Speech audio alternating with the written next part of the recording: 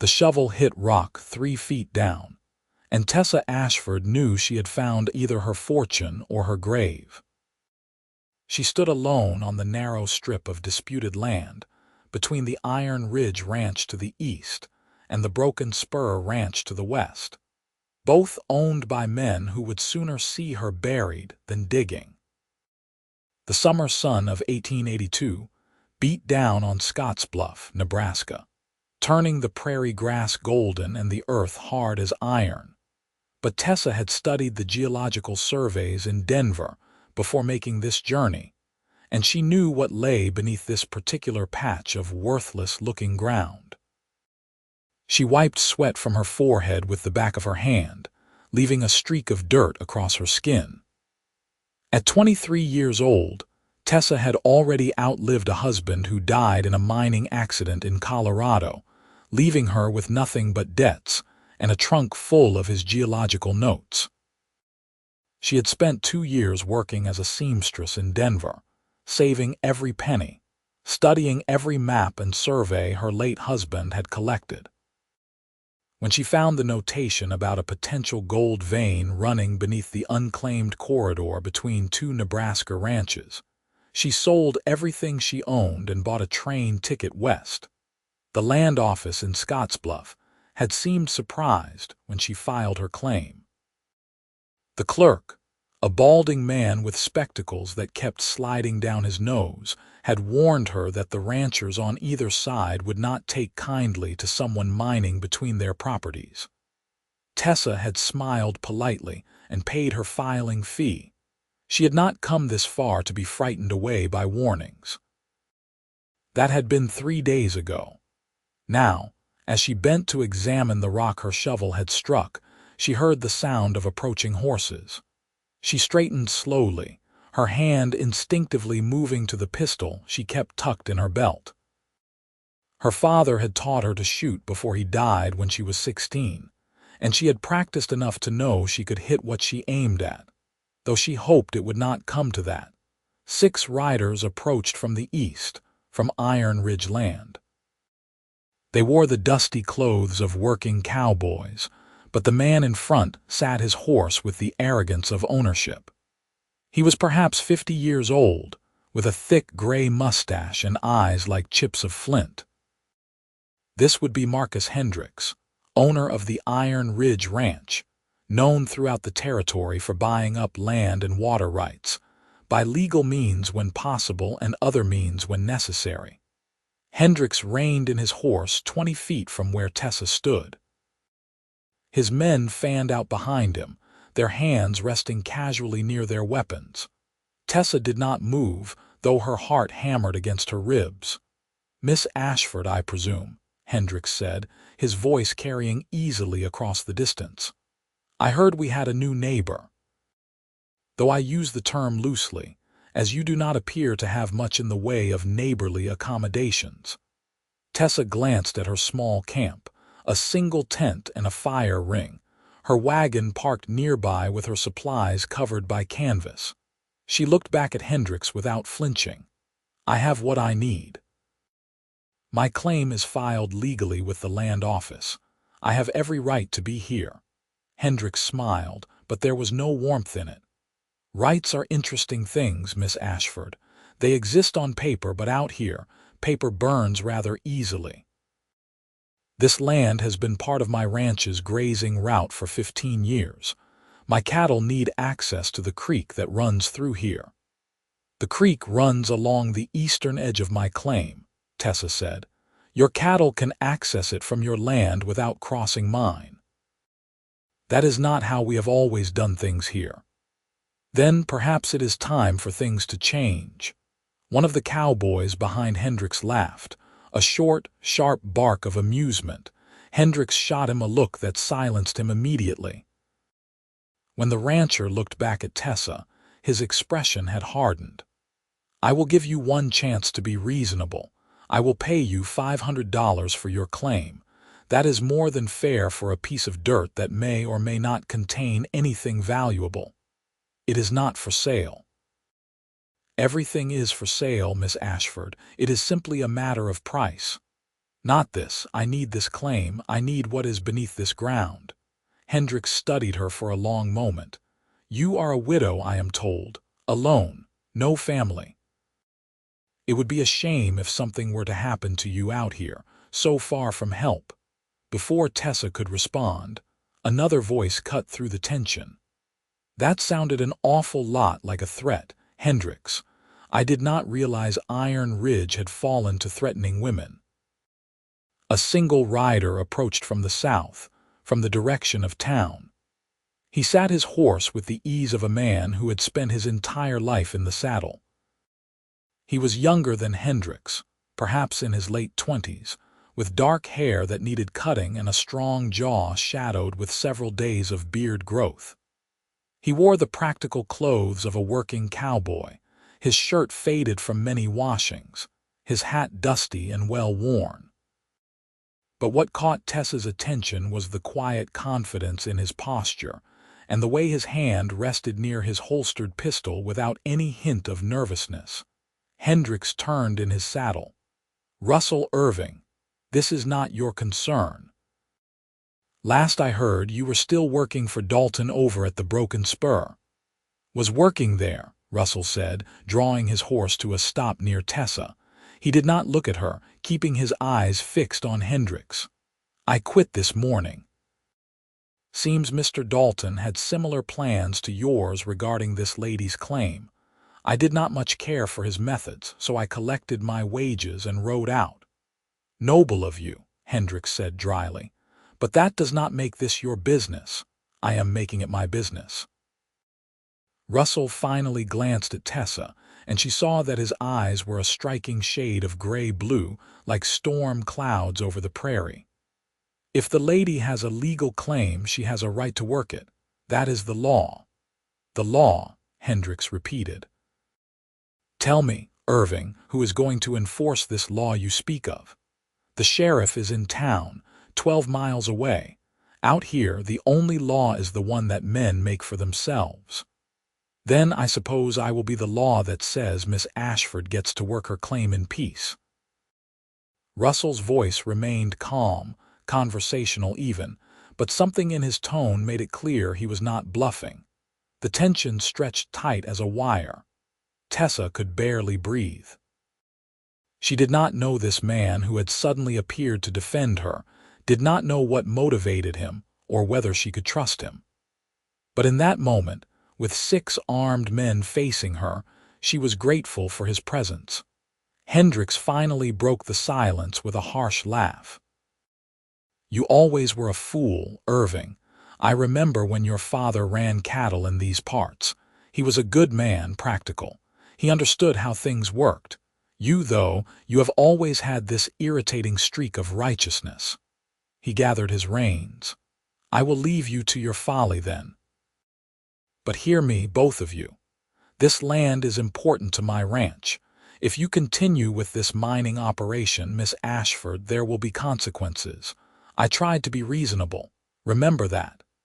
He wheeled his horse around and rode back toward his ranch, his men following. Tessa watched until they disappeared over the rise, then let out a breath she had not realized she was holding. Her legs felt suddenly weak, and she sat down heavily on the edge of her wagon. Russell dismounted and approached slowly, his hands visible and empty. Are you all right? I am fine, Tessa said, though her voice shook slightly. She looked up at him. Why did you do that? You said you quit your job. You do not know me. Why would you risk making an enemy of Marcus Hendricks for a stranger? Russell removed his hat and ran a hand through his hair. Up close, she could see the tired lines around his eyes, the weathering of sun and wind on his face. He was handsome in a rugged way, all hard angles and lean strength, because it was the right thing to do. And because I have worked for men like Hendricks and John Dalton long enough to know that sometimes somebody has to stand up and say enough is enough.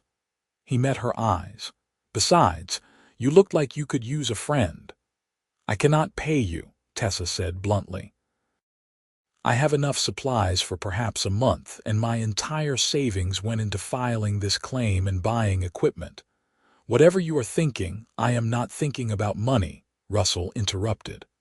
I have a little saved up, enough to get by for a while, and I am good with my hands. I can hunt, I can build, I can help you dig if you need an extra set of arms. All I ask is a place to make camp and maybe share your fire in the evenings. Tessa studied him carefully, looking for the catch, the angle, the hidden motive, but his gray-blue eyes were steady and honest. Why would you do that? Russell was quiet for a moment, turning his hat in his hands. My father came to Nebraska 20 years ago with nothing but a dream and determination. He built a small ranch, raised cattle, made an honest living. But when I was 15, there was a drought. Bad one. Lasted 2 summers. Men like Hendricks and Dalton, they had deep wells and money to buy hay. They survived. My father did not. He lost everything. Had to sell his land for pennies on the dollar just to pay his debts. He looked out across the prairie, his jaw tight. He died the following winter. Broken heart, the doctor said, though I think it was more like a broken spirit.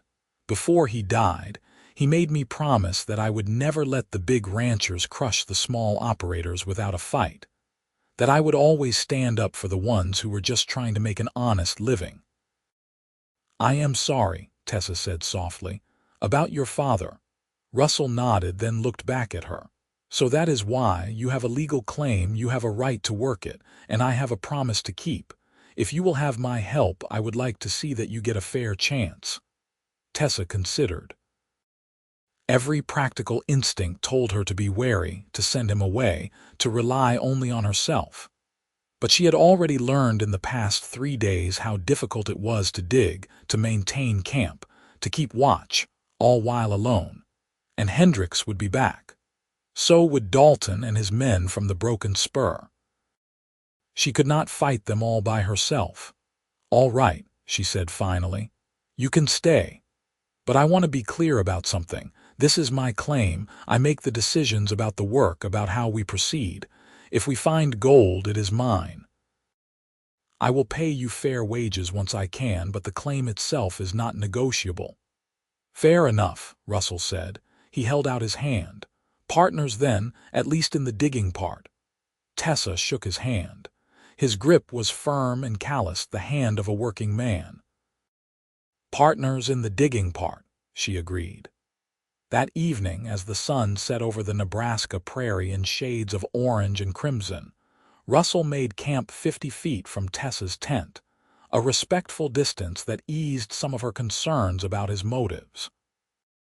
He built his own fire and cooked his own meal, though when he noticed her struggling to start her fire with damp kindling, he brought over some dry wood from his supplies without being asked. Tessa made coffee, strong and bitter the way she had learned to like it during her years in Denver, and offered him a cup. They sat on opposite sides of her fire as the stars emerged overhead, bright and clear in the vast Nebraska sky. Tell me about this claim, Russell said. What makes you think there is gold here? Tessa retrieved her late husband's notebook from her tent and showed him the geological surveys and maps by firelight. My husband was a mining engineer in Colorado. He was obsessed with rock formations, mineral deposits, the way gold followed certain geological patterns. Before he died, he was collecting information about potential strikes across the West. He had corresponded with a geologist who surveyed this area 5 years ago. The geologist found traces of gold in the creek bed but never followed up because he did not have the capital to file a claim. My husband made notes about it, marked the location. I found his notes after he died. Russell studied the maps carefully. So you came all the way from Colorado based on notes in a book, based on science, Tessa corrected. My husband was many things, but he was brilliant when it came to geology. If he thought there was gold here, then there is gold here. She paused. And because I had nothing left in Denver. No family, no real prospects. This claim represents the only chance I have to build something of my own, to have a future that does not involve stitching other women's dresses for the rest of my life." "I understand that," Russell said quietly. He handed back the notebook. "Tomorrow I will help you dig. If there is gold here, we will find it, and I will do my best to make sure Hendricks and Dalton let you keep it." "Why do I get the feeling that second part will be harder than the first?" Russell smiled, and it transformed his serious face, making him look younger. "Because you are not a fool, Tessa Ashford. Those men do not like being defied. They will push back. We need to be ready." Tessa appreciated that he said we instead of you. It had been a long time since she had felt like anyone was on her side. "What will they do?" Hard to say. "Hendricks is calculating. He will try legal channels first, see if he can find a way to invalidate your claim or buy off the land office clerk. Dalton is more impulsive. He might try intimidation, harassment, make it difficult for you to work. We should expect both approaches." Russell poured himself more coffee. "But here is what they do not know. I worked for Dalton for 3 years. I know how his ranch operates, where his men patrol when they change shifts, and I have dealt with Hendricks enough to understand his thinking. That gives us an advantage." "You sound like you are preparing for a war." "Not a war. A standoff. The key is to make it clear that pushing you out will cost more than it is worth. If we can hold out long enough, if you can prove that there really is gold here and start filing production reports with the territorial office, then you will have legal protections that even Hendricks cannot easily overcome. The trick is surviving until that point." Tessa looked at this stranger who had appointed himself her protector, this cowboy who had quit his job and taken up her cause for nothing more than a principle and a promise to his dead father. She wanted to trust him, but had learned through hard experience that trust was dangerous. "Still, what choice did she have? Thank you," she said simply, "for standing up for me today, for staying. I know you do not owe me anything." Russell met her eyes across the fire, and something in his expression made her heart skip unexpectedly. Maybe not. But sometimes the right thing to do is the only thing to do.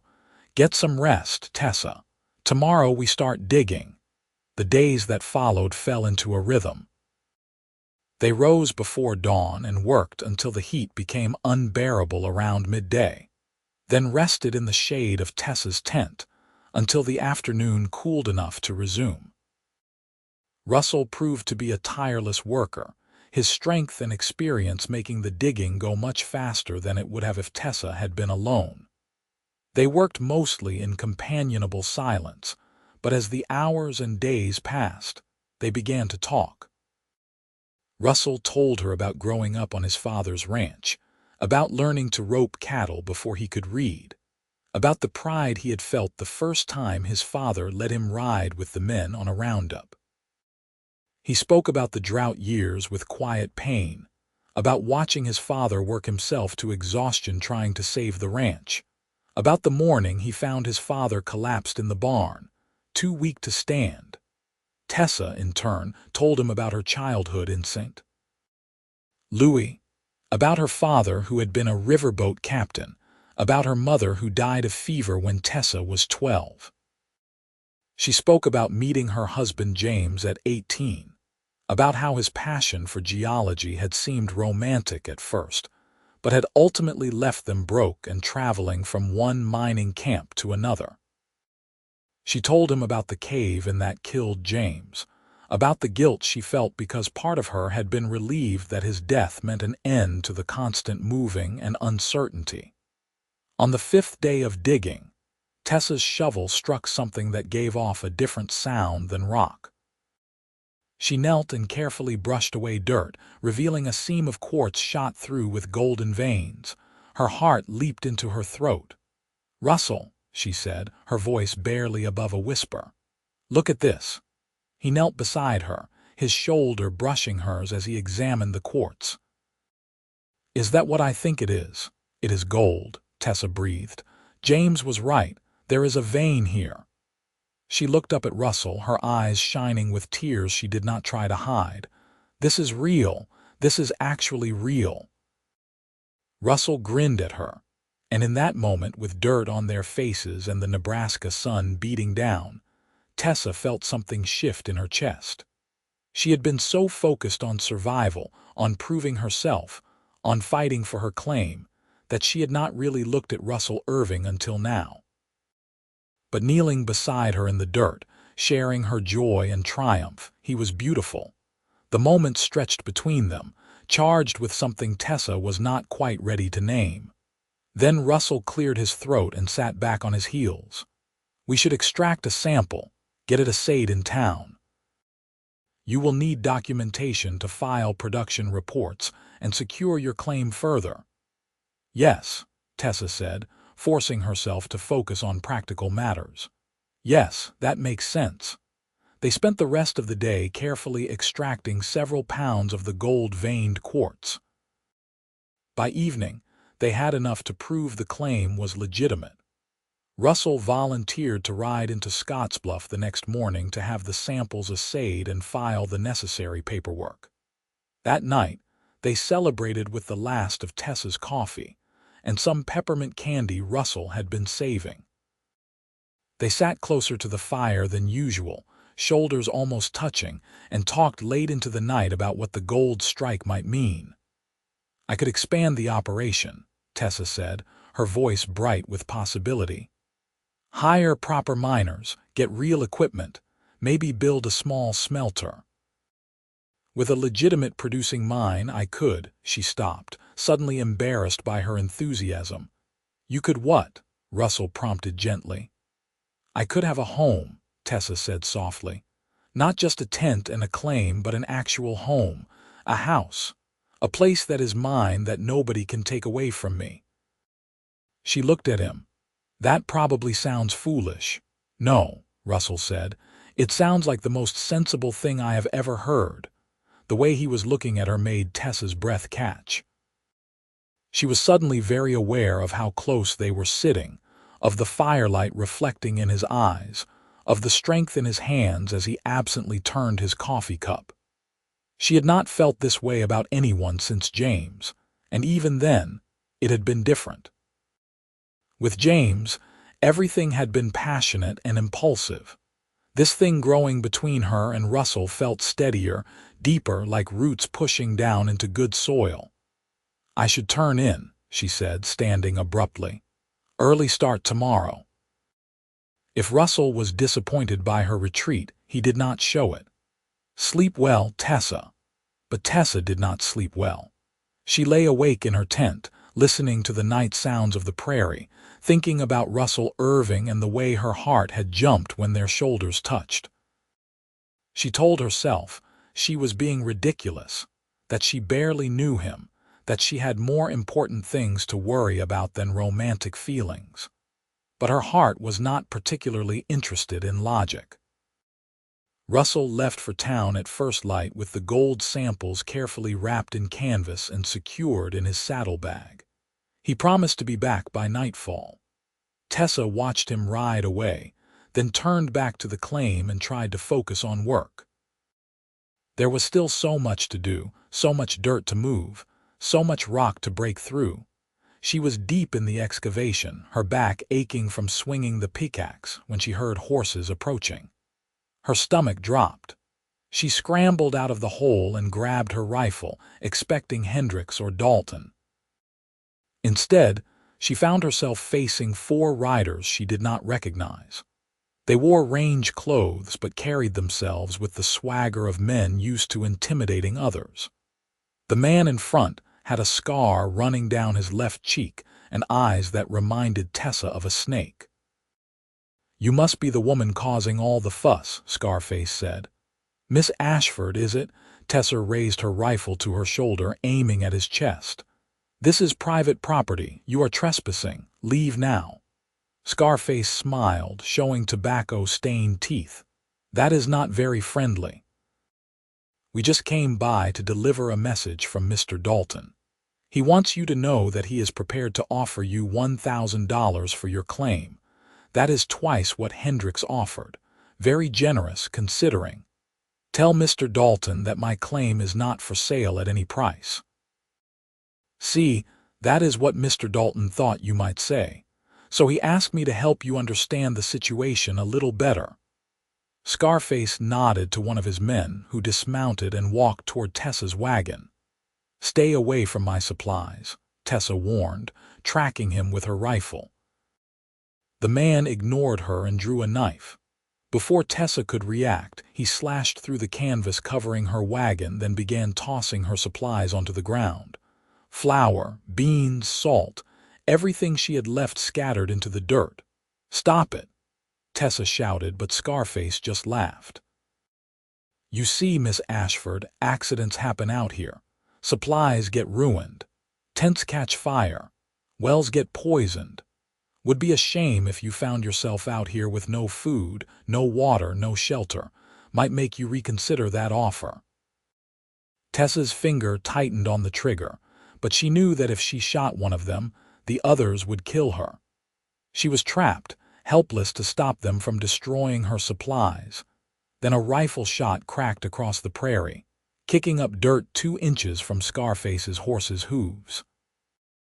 The animal reared, nearly throwing its rider. Tessa spun to see Russell galloping toward them, his rifle held one-handed while he controlled his horse with his knees, an impossible feat of horsemanship. "The next shot goes through whoever is closest to that wagon," Russell shouted. He pulled his horse to a sliding stop and leveled his rifle at the man who had been destroying Tessa's supplies. "Step away. Now." The man looked at Scarface, who had gotten his horse under control. Scarface's expression was murderous, but he nodded. "Do what he says." The man backed away from the wagon, his hands raised. Russell kept his rifle trained on him. "All of you, mount up and ride out. Tell Dalton that if he sends men to harass Miss Ashford again, I will come looking for him personally, and I will not be in a talking mood." Scarface gathered his reins, his scar white against his flushed face. "You are a dead man, Irving. You know that, right? Nobody crosses John Dalton and lives to brag about it." "Then I guess we will see how that works out," Russell said calmly. "Now get off this land before I decide I have heard enough of your voice." The 4 riders left at a canter, but not before Scarface shot Russell a look that promised violence. Tessa lowered her rifle, her hands shaking now that the immediate danger had passed. Russell dismounted and hurried to her side. "Are you hurt?" "No, but they ruined most of my food." Tessa looked at the scattered supplies, fighting back tears of frustration and rage. "I cannot afford to replace all of this. I had just enough to last until the gold started producing income." Russell surveyed the damage, his jaw tight with anger. "We will share what I have, and I can hunt. There are deer and rabbits out here, we will manage." He turned to her. "I am sorry I was not here. I should have expected Dalton would try something while I was gone. You could not have known. And you came back just in time." Tessa met his eyes. "Thank you, again. I seem to keep saying that to you. You do not owe me thanks for doing what any decent person should do." Russell began gathering the supplies that could be salvaged. The assayer confirmed the gold is high quality. "The vein you found is rich, Tessa. Really rich. I filed all the paperwork with the territorial office. Your claim is now officially a producing mine.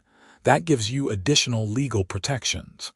How much additional protection will that be against men like Dalton and Hendricks?" Russell was quiet for a moment. "Not as much as we would like, but every piece of legal documentation makes it harder for them to simply take what is yours. We are building a case, brick by brick. Eventually, the case will be strong enough that they will have to give up. Or they will just kill us and bury the paperwork along with our bodies." "That is also a possibility," Russell admitted, "which is why we need to be smarter than they are, and more careful." They spent the rest of the afternoon salvaging what they could from Tessa's supplies and combining their remaining food stores. It was not much, perhaps 2 weeks' worth if they were careful, but Russell promised he could stretch it with hunting and foraging. Tessa tried to stay optimistic, but the fear that had been a low hum in the back of her mind since she arrived in Nebraska was growing louder. That night, Russell moved his camp next to hers, close enough that he could respond quickly if trouble came. Tessa did not object. They sat by the fire after dinner, neither speaking much, both lost in their own thoughts. "I am sorry I got you into this," Tessa said finally. "You could have stayed out of it. You could have just ridden past that day. Instead, you lost your job and made yourself a target for two of the most powerful ranchers in the territory." Russell poked at the fire with a stick, sending sparks drifting up into the night sky. "I did not have much of a life before this. Drifting from ranch to ranch, working for men I did not respect, following orders I disagreed with. At least now I am fighting for something that matters, for someone who matters." Tessa's heart did that jumping thing again. "I matter." Russell looked at her, his expression serious in the firelight. "Yes, you matter. You are brave and determined, and you do not back down even when you probably should. You remind me of my father, actually, that same stubborn refusal to let the powerful grind you into dust." He smiled slightly. "He would have liked you. I think I would have liked him too." Tessa pulled her knees up to her chest, wrapping her arms around them. "I am scared, Russell. I do not want to admit it, but I am. Those men today, they could have hurt me. They could have done worse than destroy my supplies. And you will not always be here to ride to the rescue, I know. Which is why I think we need to change our approach." Russell shifted to face her more directly. "Right now, we are reactive. We are waiting for them to make moves and then responding.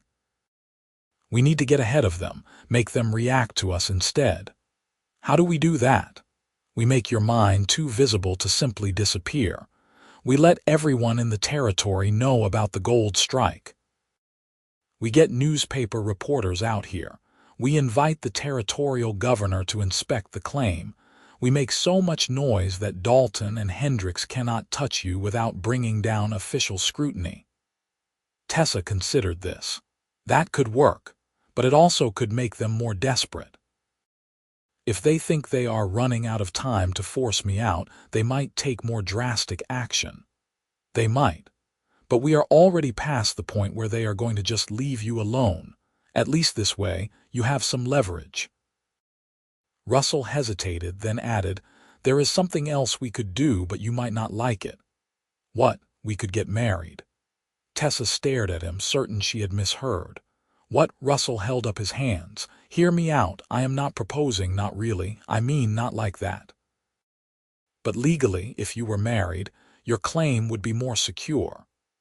A woman operating alone is vulnerable in ways that a married woman is not. And if something happened to you, as your husband, I could continue working the claim. Keep it out of Dalton's and Hendricks's hands." "That is a terrible reason to get married," Tessa said, trying to ignore the fact that part of her wished he had been proposing for real. "I know. I am just saying it is an option, a strategic option. We could make it legal but keep it, practical. Business arrangement. Partners, like we said." Tessa stood and walked to the edge of the firelight, her emotions churning. The sensible part of her brain recognized that Russell was right, that marriage would give her claim additional protection. But the part of her that was already developing feelings for this frustratingly noble cowboy recoiled at the idea of a marriage of convenience. "I cannot do that," she said finally. "I was married before for love, and look how that turned out. I will not get married again unless it is real.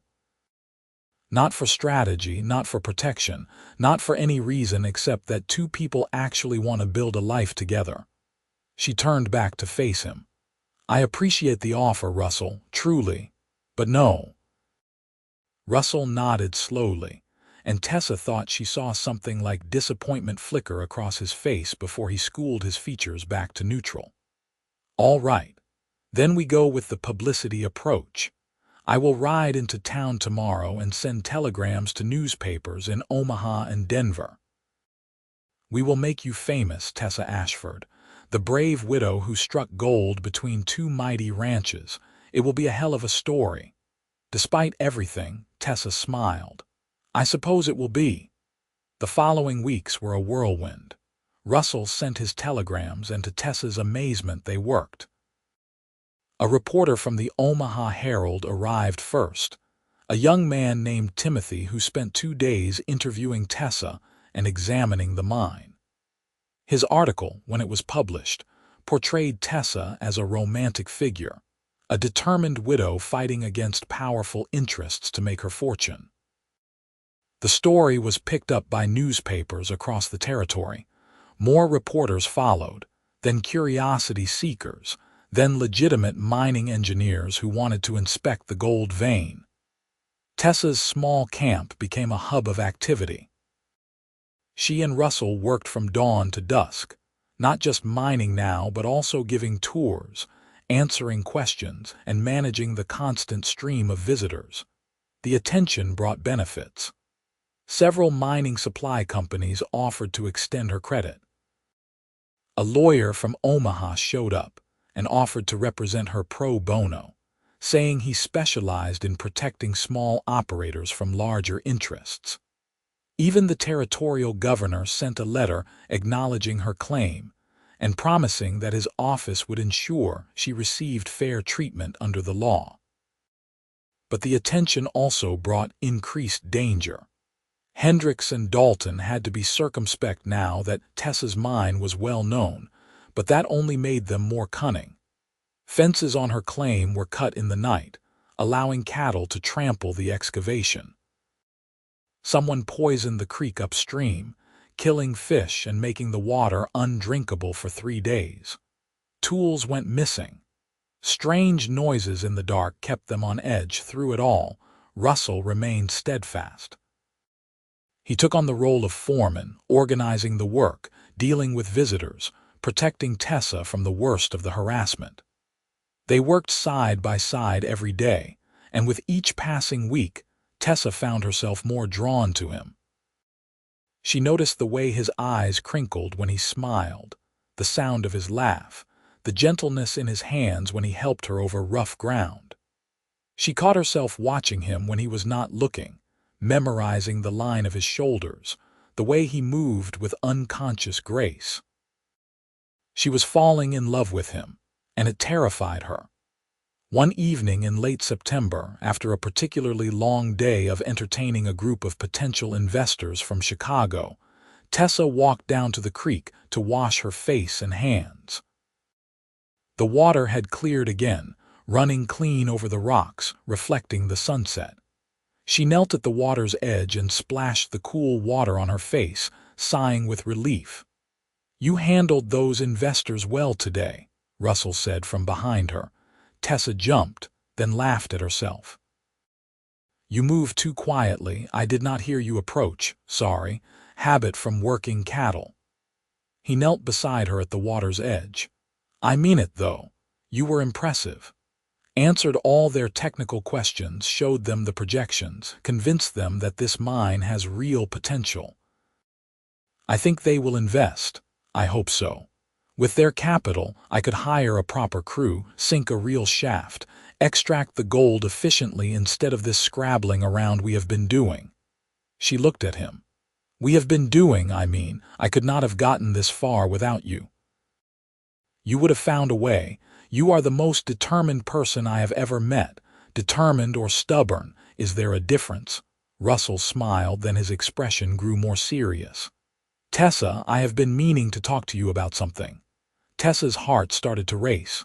"What is it?" "The Chicago investors, if they come through, you will not need me anymore. Not the way you do now. You will have a crew, security, proper equipment. I have been thinking that maybe, once everything is settled, I should move on. Give you space to run your mine without me underfoot." You are not underfoot, Tessa said quickly. Russell, you are not some hired hand I am looking to replace. You are my partner, at least I thought we were partners. We were. I just do not want to overstay my welcome, or to make things complicated. What do you mean, complicated? Russell looked down at the water, his jaw working like he was trying to find the right words. I mean that it has gotten complicated for me, Tessa. Being around you every day, working beside you, watching you fight so hard for what is yours. I made a promise to myself when I first offered to help you that I would keep things professional, that I would not let my feelings get in the way of doing what was right, but I am finding it increasingly difficult to keep that promise. Tessa's breath caught. Your feelings. Russell finally looked at her, and the emotion in his gray-blue eyes made her dizzy. I am in love with you, Tessa. I think I have been since that first day when you stood your ground against Hendricks with nothing but a pistol and pure determination. I tried not to be. I tried to just focus on helping you with your claim, but I cannot stop thinking about you. I cannot stop wanting to be near you, and I am afraid that if I stay, I am going to say or do something that will ruin what we have built here. Tessa stared at him, her mind reeling. Russell was in love with her. This good, honorable man who had given up everything to help her, who had stood between her and danger time and again, who had become as essential to her as breathing, was in love with her. You are not going to say anything, she said finally. Russell's face fell. I understand. I should not have, because I am going to say it first, Tessa interrupted. She reached out and took his hand, her heart hammering so hard she thought it might break through her ribs. I love you too, Russell Irving. I have been falling in love with you since that night we celebrated finding the gold vein. Maybe even before that. And I have been so scared because I did not know if you felt the same way, and I could not bear the thought of losing you as a partner if you did not want to be anything more than that. Russell's expression transformed, hope and joy and relief washing over his features. You love me. I love you, completely, terrifyingly, in a way that makes me want to throw caution to the wind and just see what happens. Tessa laughed, giddy with the confession. So please do not leave. Please do not think you are in the way. You are exactly where I want you to be. Russell reached up and cupped her face with his free hand, his thumb brushing her cheekbone. Can I kiss you? Yes, Tessa breathed. Please, yes. He leaned in slowly, giving her every chance to change her mind, but Tessa did not want to change her mind. She wanted this kiss more than she had wanted anything in a very long time. When his lips finally met hers, gentle and tentative at first, then deeper and more certain, Tessa felt like something inside her that had been broken for a long time finally clicked back into place. They kissed by the creek as the sun set over the Nebraska prairie, and for the first time since her husband died, Tessa felt truly, completely alive when they finally pulled apart, both breathing hard. Russell rested his forehead against hers. I want to do this right, he said. I want to court you properly, take you to dinners in town, bring you flowers, all the things a woman deserves when a man is trying to win her heart. You have already won my heart, Tessa said, but I would not object to flowers. They walked back to camp holding hands, and everything felt different now, charged with possibility. That night, they sat by the fire closer than ever before, Russell's arm around Tessa's shoulders, her head resting against his chest. They talked about the future, about what they would do once the mine was fully operational, about the life they might build together. I meant what I said before, Russell told her, his voice rumbling in his chest beneath her ear. About getting married, not as a strategy this time. As a real proposal, though I suppose I should do it properly. He shifted, moving to kneel in front of her. Even in the firelight, Tessa could see that he was nervous. Tessa Ashford, I know we have not been courting long. I know there is still a lot of uncertainty ahead. but I love you more than I thought it was possible to love another person. You are brave and brilliant and beautiful, and I want to spend the rest of my life standing beside you, helping you achieve everything you dream of. Will you marry me?" Tessa's eyes filled with tears, but they were happy tears. "Yes, yes, Russell, I will marry you." He kissed her again, and this time there was a promise in it, a vow that said they would face whatever came next together. But the proposal brought a new urgency to their situation.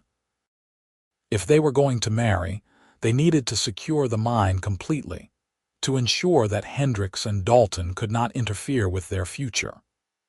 The next morning, Tessa sent telegrams to every legal authority she could think of, requesting official inspections and certifications of her claim. She hired 2 local men as security to watch the mine at night. She made appointments with bankers to discuss loans for expansion. Russell, meanwhile, reached out to some of his old contacts from his ranching days, men who had no love for Hendricks or Dalton and who might be willing to testify about the rancher's illegal activities. He gathered statements, collected evidence, built a case that could be presented to the territorial courts if necessary. They were so busy with these preparations that they almost did not notice when the harassment from the ranches suddenly stopped.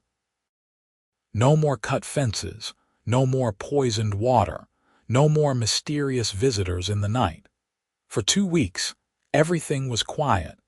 Tessa wanted to believe that their publicity campaign had worked, that the ranchers had finally accepted that she was not going to be driven off.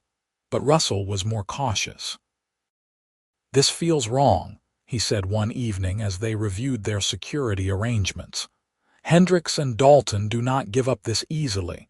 They are planning something." "Maybe they finally realized they cannot win," Tessa suggested, though she did not quite believe it herself.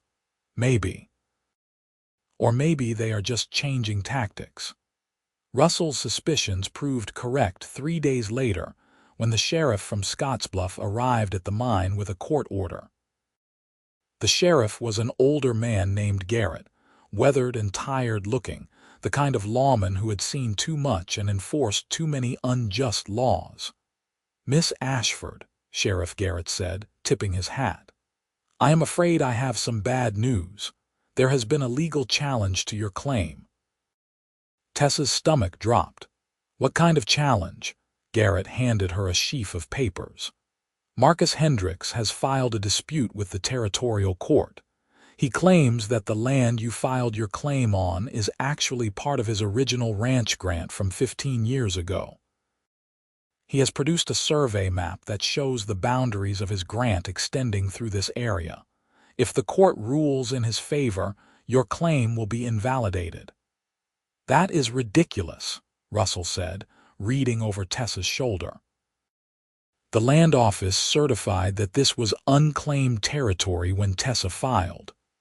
"The land office clerk may have made an error," Garrett said, "or may have been working from outdated maps. That is for the court to decide. In the meantime, you are ordered to cease all mining operations until the dispute is resolved." "For how long?" Tessa asked, her voice shaking. "Could be months, could be longer. Territorial courts are not known for their speed."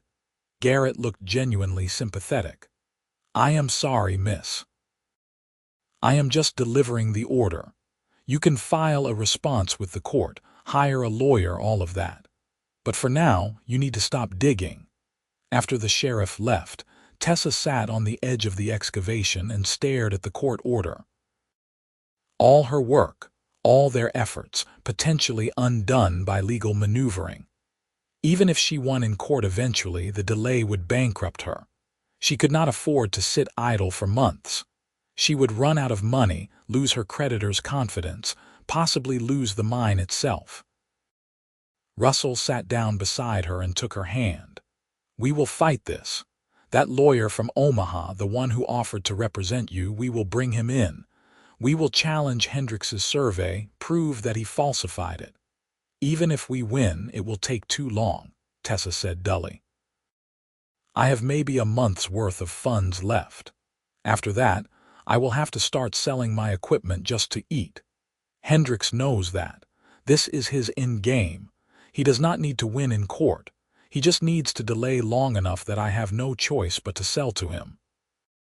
Then we find another way to keep money coming in. I can work, take a job in town, bring in wages. That is not enough. Not to keep the mine running, pay for lawyers, cover living expenses for both of us. Tessa squeezed his hand. I appreciate it, Russell, but the math does not work. They sat in silence for a long time, watching the sun track across the sky. Tessa felt the weight of defeat settling over her like a heavy blanket. She had come so close, had fought so hard, and it was not enough. Then Russell stood abruptly. There is another option. It is risky, but it might work. What? We get married right away. Not next month like we planned, but now, tomorrow. And then we invite every newspaper, every investor, every interested party to the wedding. We make it a spectacle, a celebration. We announce that production is resuming immediately because we will not be intimidated by false legal claims. We dare Hendricks to try to stop a wedding and a producing mine in front of reporters and witnesses. Tessa stood as well, her mind racing. That could work. The publicity would make it nearly impossible for him to use force, and if we are married, the claim becomes marital property, which might complicate his legal challenge. Exactly. It does not solve everything, but it buys us time and puts Hendricks on the defensive. Russell took both her hands. I know this is not the wedding you probably dreamed of. It is strategic as much as romantic. But Tessa, I mean every word of my proposal.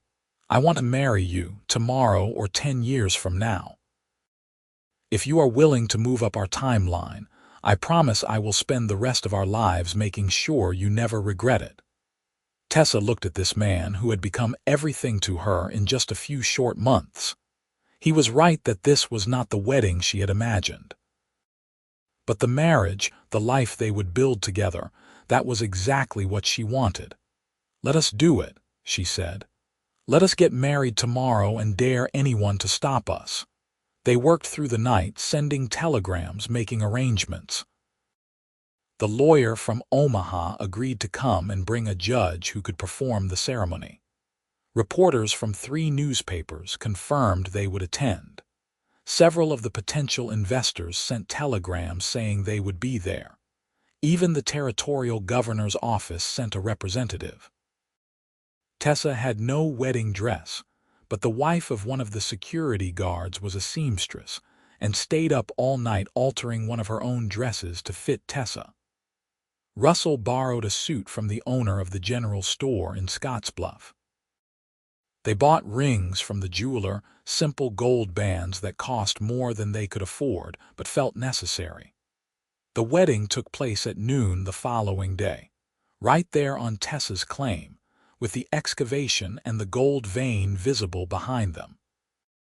40 people attended, a strange mix of reporters, investors, lawyers, local townspeople, and curious onlookers. Russell stood at a makeshift altar built from mining timbers, looking nervous but determined in his borrowed suit.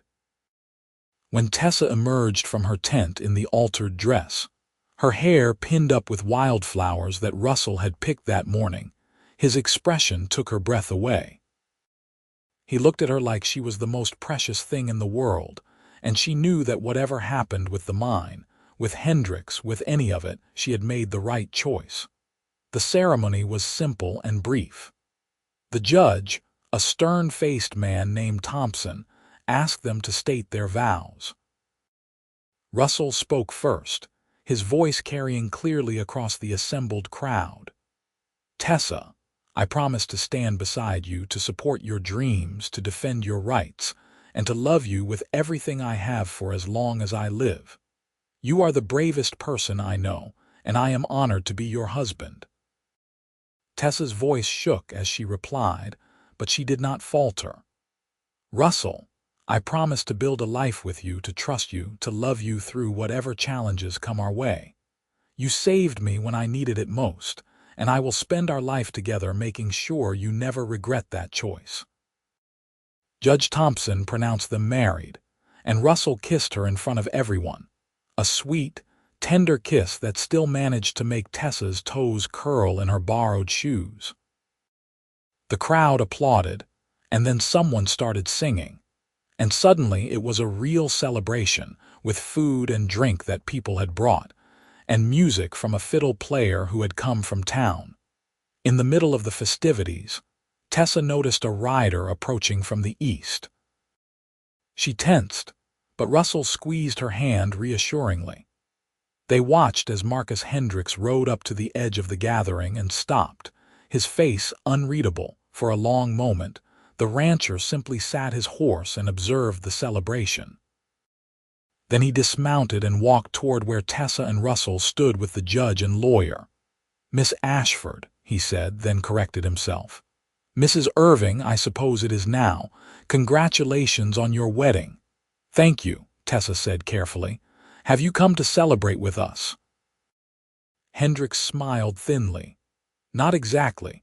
I came to inform you that I am withdrawing my legal challenge to your claim." Tessa's mouth fell open. Russell went very still beside her. "Why?" Tessa managed to ask. Hendricks glanced around at the reporters, the investors, the representative from the governor's office. "Because it has become clear that continuing this dispute would cost me more in reputation and legal fees than the land is worth. You have made yourself too visible, Mrs. Irving. Too many important people are watching what happens here. If I continue to fight you, I become the villain in a story that newspapers across the territory are eager to tell." He reached into his coat and pulled out an envelope, which he handed to Tessa. "That is a notarized statement withdrawing my claim and acknowledging your legal ownership of this land. I hope you find what you are looking for here." Before Tessa could respond, Hendricks nodded to Russell, mounted his horse, and rode away. Tessa stared at the envelope in her hands, afraid to believe it was real. The lawyer took the envelope and examined its contents. After a moment, he looked up with a broad smile. "It is legitimate. He has withdrawn his challenge and affirmed your claim. You are free to resume mining operations immediately." The celebration that followed was even louder than before. People who had been watching with interest now wanted to invest. The reporters scribbled furiously in their notebooks, already composing the dramatic story of the widow who had faced down powerful ranchers and won. Through it all, Tessa held Russell's hand, hardly able to process that it was over, that they had actually won. As the sun set and the guests began to depart, Tessa and Russell finally had a moment alone. They stood at the edge of the claim, watching the last rays of sunlight paint the prairie gold. "We did it," Tessa said, still not quite believing it. "We actually did it." "You did it," Russell corrected. "I just helped." "No, we did it together. I never could have survived this without you." She turned to face him. "I know this wedding was rushed. I know it was as much about strategy as romance, but I want you to know that I meant every word of my vows. I love you, Russell Irving. I am so grateful that you decided to make my fight your fight." Russell pulled her close, wrapping his arms around her. "This stopped being your fight alone the moment I met you. This is our fight now, our mine, our life." He kissed the top of her head, "And I meant my vows too, every single word." They stood there as night fell over the Nebraska prairie. Two people who had found each other in the midst of a battle and decided to build something beautiful out of the conflict. The future was still uncertain. There was still work to do, a mind to develop, a life to build. But they would do it together. The following months proved to be a whirlwind of activity. With the legal challenge resolved and the publicity from the wedding bringing in investors, Tessa's mine expanded rapidly. They hired a crew of experienced miners, sank a proper shaft, installed equipment for extracting and processing the ore. The gold vein proved to be even richer than the initial samples had suggested, running deep into the earth. Russell took on the role of mine supervisor, managing the crew and handling the day-to-day operations while Tessa focused on the business side, negotiating with buyers, managing the finances, and planning for expansion. They made a formidable team, his practical experience and her analytical mind complementing each other perfectly. They built a small house on the claim, nothing fancy but solid and comfortable, with a real kitchen and a bedroom with a proper bed. After months of sleeping in a tent, Tessa felt like she was living in a palace. Russell built her a desk where she could work on her accounts and correspondence, and she insisted on a workshop where he could maintain equipment and tools. Their first real test as a married couple came in December when a winter storm swept across Nebraska, burying the mine under 3 feet of snow and making it impossible to work for nearly 2 weeks. Trapped in their small house with supplies running low and the miners restless, Tessa worried that the delay would set them back financially. But Russell remained calm, using the downtime to train the crew on new equipment, planning improvements for the spring, and keeping morale up with stories and card games. When Tessa expressed her anxiety one night, he pulled her close and reminded her that they had weathered worse storms than this. He was right. When the snow finally cleared, they resumed operations with renewed energy. By spring, the mine was producing steadily, generating enough income to pay off Tessa's initial debts and begin building real capital. One evening in April, as they sat on the porch of their house watching the sun set, Tessa realized that she was truly happy for the first time since her first husband had died. She had a home, a successful business, and a partner who loved and respected her in equal measure. "What are you thinking about?" Russell asked, noticing her expression. "About how much my life has changed in a year. When I arrived in Nebraska, I was alone and desperate, staking everything on a geological survey in a dead man's notebook. Now I have a producing mine, a home, a husband I adore. It almost does not seem real." "It is real," Russell said, taking her hand, "and it is just the beginning. Wait until you see what we can build together over the next 10 years, the next 20. Tessa smiled. "Tell me what you see." "I see us expanding the mine, maybe opening other claims in the area. I see a real town growing up here, with a school and a church and proper streets. I see our children growing up with opportunities neither of us had, with education and possibilities." He paused, then added, "I see growing old with you, Tessa. That is what I see. Children," Tessa said, her heart skipping. "We have never really talked about that. I know. I probably should have brought it up before now. But I would like to have a family with you, if that is something you want too." Tessa thought about it, imagining a child with Russell's gray-blue eyes and her determination. "I would like that. I would like that very much." They sat in comfortable silence as the stars emerged overhead. In the distance, Tessa could hear the sounds of the mining operation winding down for the night, the voices of the crew as they secured equipment and headed to the bunkhouse Russell had built for them. It was the sound of success, of a dream realized. Over the next few years, everything Russell had envisioned came to pass. The mine continued to produce, and Tessa carefully reinvested the profits, acquiring additional claims in the area and diversifying their holdings. A small town did grow up around the mine, with families moving in to work the claims and support the growing industry. Tessa became known throughout the territory as a fair and innovative mine operator, one of the few women successfully running a mining operation in the West. She hired women as well as men for office work, paid fair wages, and maintained safety standards that were far above the industry norm. Other mine operators grumbled that she was setting unrealistic expectations, but Tessa did not care. She remembered what it was like to be vulnerable and alone, and she was determined that no one who worked for her would feel that way. Russell, meanwhile, became the public face of their operation, the one who dealt with suppliers and buyers, who mediated disputes among the miners, who represented their interests in the growing community. He never sought recognition for himself, always deferring to Tessa as the owner and primary decision-maker, but everyone who worked with them knew that their success was built on their partnership. In the spring of 1885, Tessa discovered she was pregnant. The news filled her with equal parts joy and terror. She had always been active, always worked alongside the crew, and the thought of being sidelined for months worried her.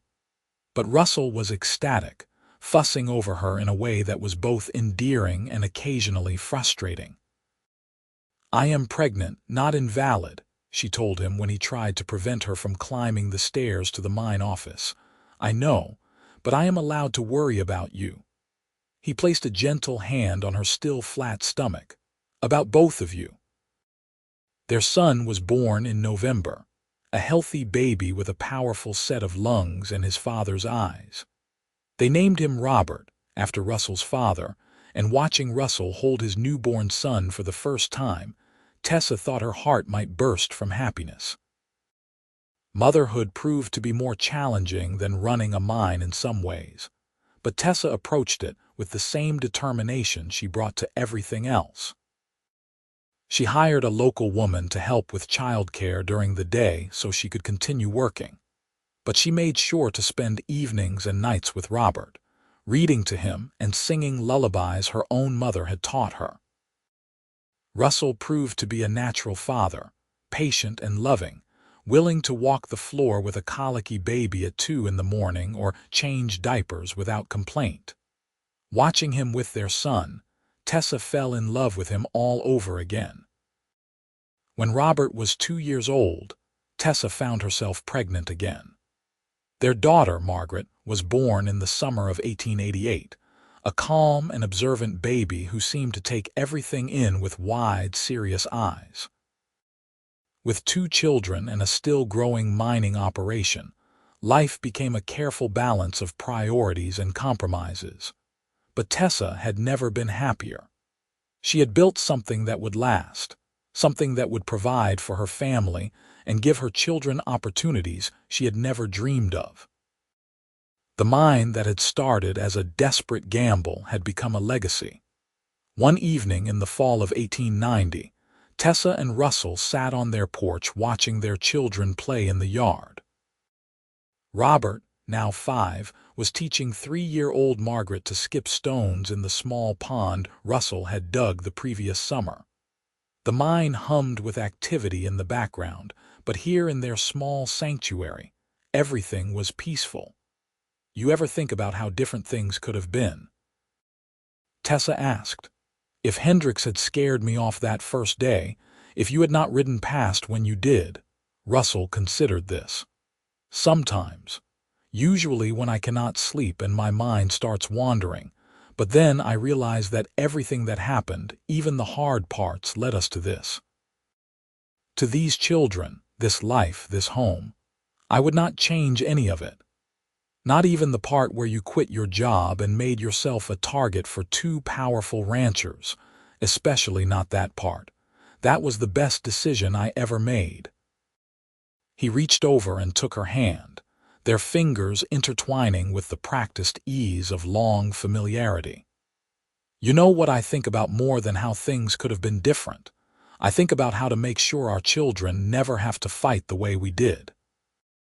How to build something so solid that they can pursue their dreams without having to be constantly on guard against people trying to take what is theirs." "You have already done that," Tessa said softly. "We have done that. This mine, this business, it is not just ours anymore. It is theirs too. A foundation they can build on." They sat in comfortable silence as the sun set over Nebraska, painting the sky in shades of gold and crimson. The prairie that had once seemed so harsh and unforgiving now felt like home. Tessa thought about the frightened widow who had arrived here 8 years ago with nothing but a geological survey and desperate hope, and she marveled at how far she had come. Robert ran over to the porch, his face flushed with excitement. "Papa, can we have a campfire tonight? Can we roast marshmallows?" Russell looked at Tessa, who nodded. "All right, son, go gather some kindling and I will help you build a fire." As Robert raced off to collect sticks, Margaret toddling after him, Russell stood and stretched. "Want to join us?" "In a minute," Tessa said. "I just want to sit here a moment longer."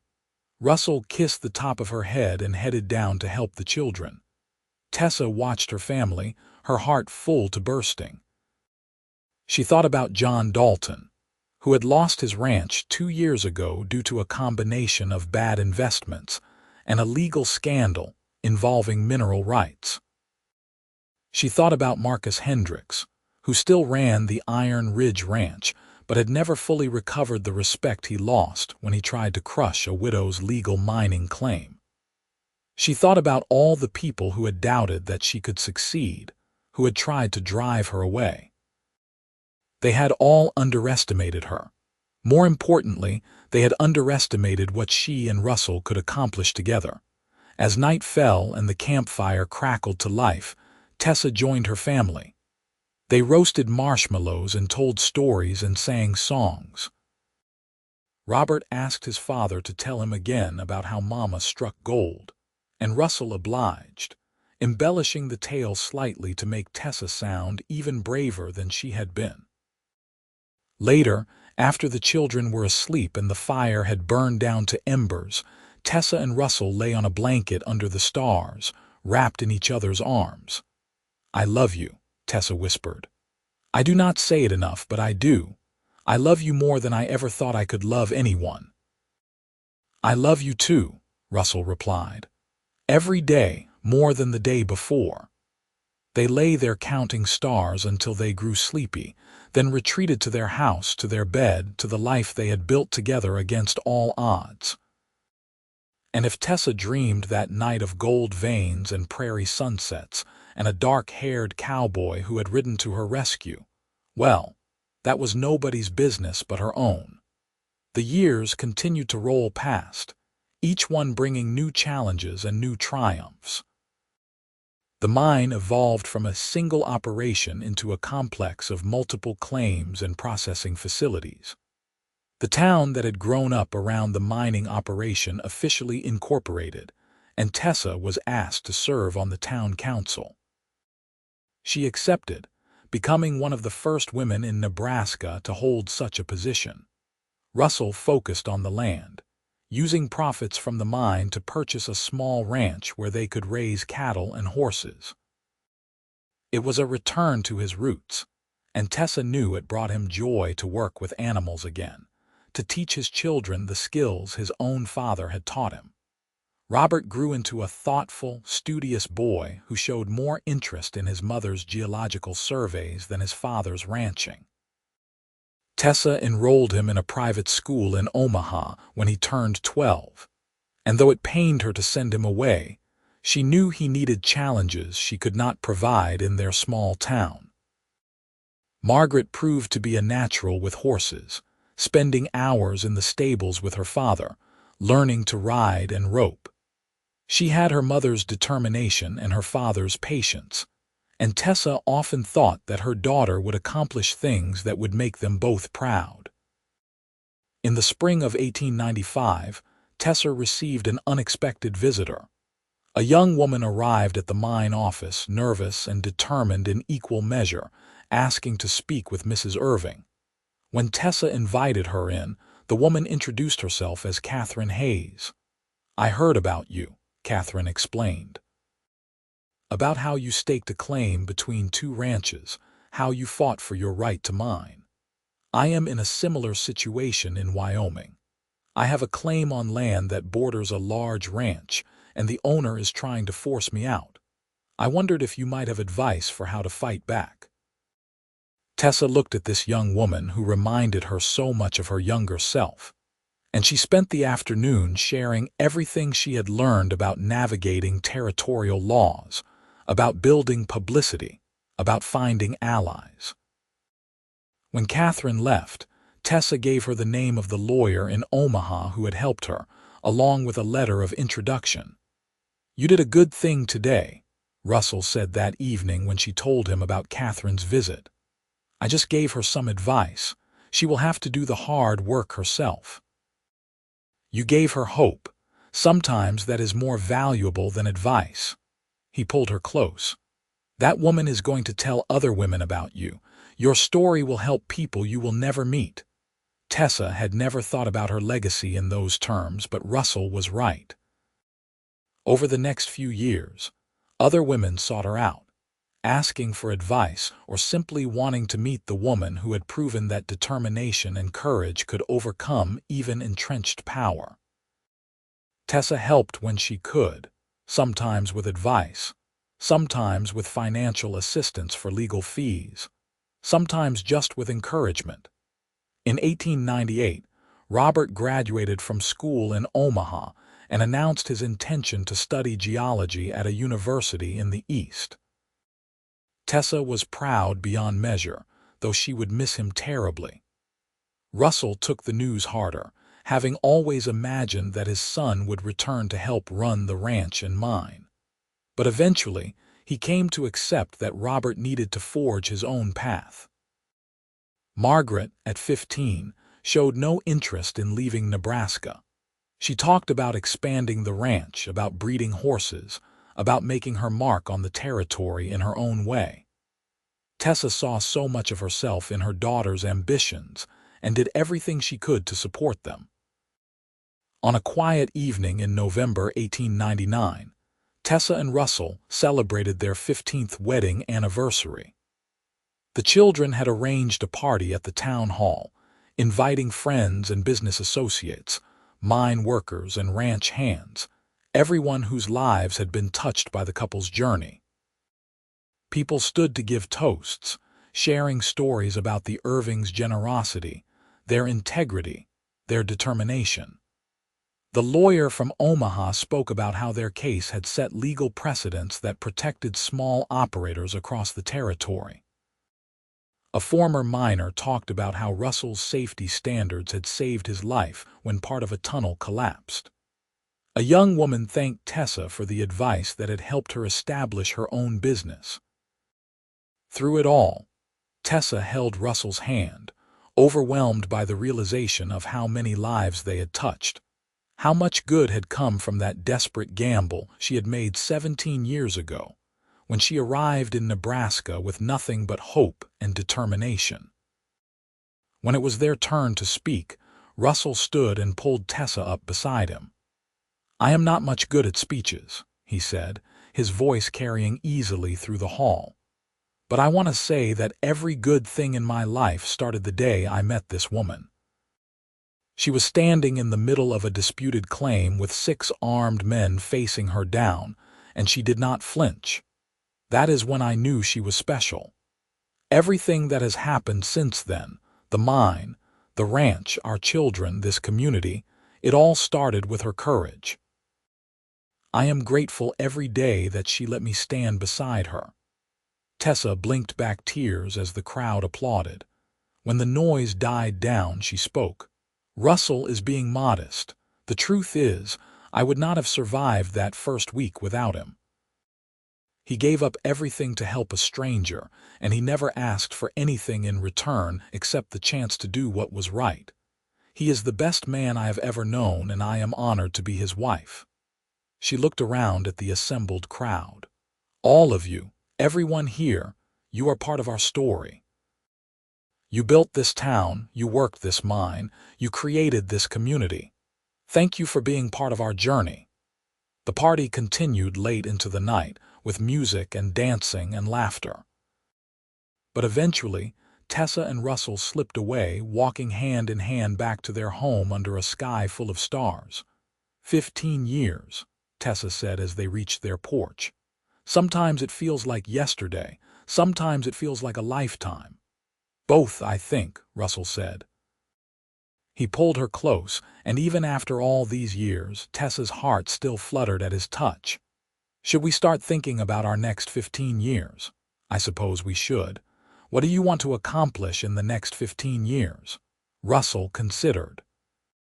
I want to see our children settled and happy. I want to pass the ranch to Margaret and watch her make it thrive. I want to visit Robert at university and pretend I understand what he is talking about when he explains geology. And I want to grow old with you, watching sunsets from this porch. That sounds perfect, Tessa said, though I have a few additions. Oh, I want to establish a scholarship fund for young women who want to study science or business. I want to write down everything I have learned about mining and geology, so others can benefit from my mistakes and successes.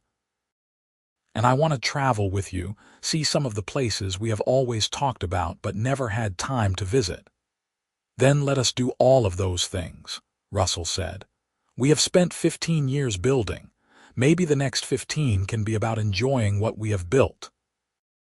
They stood on the porch of the home they had created together, looking out at the mine that had brought them together and the town they had helped build. The prairie wind whispered through the grass, carrying with it the promise of seasons yet to come. Tessa leaned into Russell's embrace, breathing in the familiar scent of him, feeling the steady beat of his heart beneath her cheek. She thought about the journey that had brought them here, from that first terrifying day when she staked her claim alone to this moment of peace and accomplishment. She had come to Nebraska looking for gold, but she had found something far more valuable. She had found a home, a purpose, a legacy. She had found love. And as the stars wheeled overhead and the night settled gently around them, Tessa knew with absolute certainty that every struggle, every fear, every moment of doubt had been worth it. Because all of it had led her here, to this man, to this life, to this perfect, hard-won happiness. The gold beneath the ground had given her financial security, but Russell had given her everything else that mattered. He had believed in her when no one else would. He had stood beside her when it would have been easier to walk away. He had loved her fiercely and faithfully through every challenge and triumph. I would do it all again, she whispered. Do what again? Russell asked. Everything. The claim, the fight, all of it. If I knew it would lead me to you, I would do it all again in a heartbeat. Russell kissed her forehead, a gesture that had become as familiar as breathing over their years together. I thank God every day that you were brave enough to stake that claim, brave enough to stand your ground, brave enough to let me help you. They stayed on the porch long after midnight, talking softly about the past and the future, about their children and their dreams. When they finally went inside, it was not because they had run out of things to say, but because some conversations were better continued in the warm comfort of their bed, in the home they had built together from nothing but determination and love. And in the years that followed, they did everything they had promised each other that night. Tessa established her scholarship fund, which helped dozens of young women pursue educations they otherwise could not have afforded. She wrote a book about practical mining operations that became a standard reference in the industry. They traveled to San Francisco and Denver, and even to New York City, marveling at how different the world was beyond their Nebraska prairie. Robert earned his degree in geology and worked for several mining operations before eventually returning to Nebraska to help modernize his mother's operation with the latest scientific techniques. Margaret expanded the ranch, developing a successful horse breeding program that earned recognition across the territory.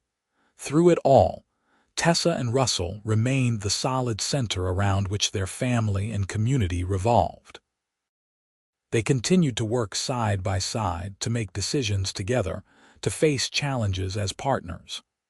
Their love, which had been forged in the crucible of conflict and hardship, only grew stronger with time. In 1910, Nebraska celebrated its statehood, and Tessa and Russell were invited to the ceremonies as honored guests. They attended with their children and growing number of grandchildren, a testament to what could be built through courage and love.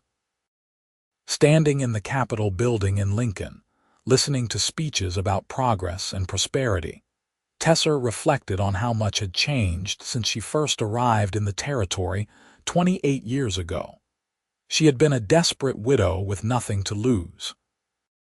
Now she was a successful businesswoman, a mother and grandmother, a pillar of her community. But the thing she was most proud of, the achievement that mattered more than all the others combined, was the life she had built with Russell.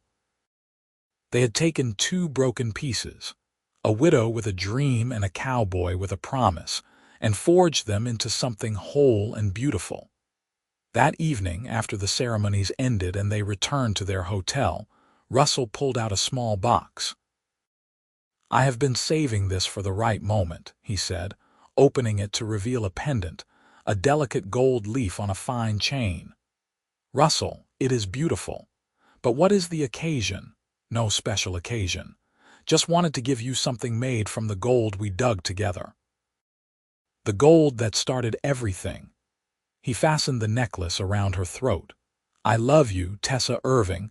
Thank you for letting me be part of your story."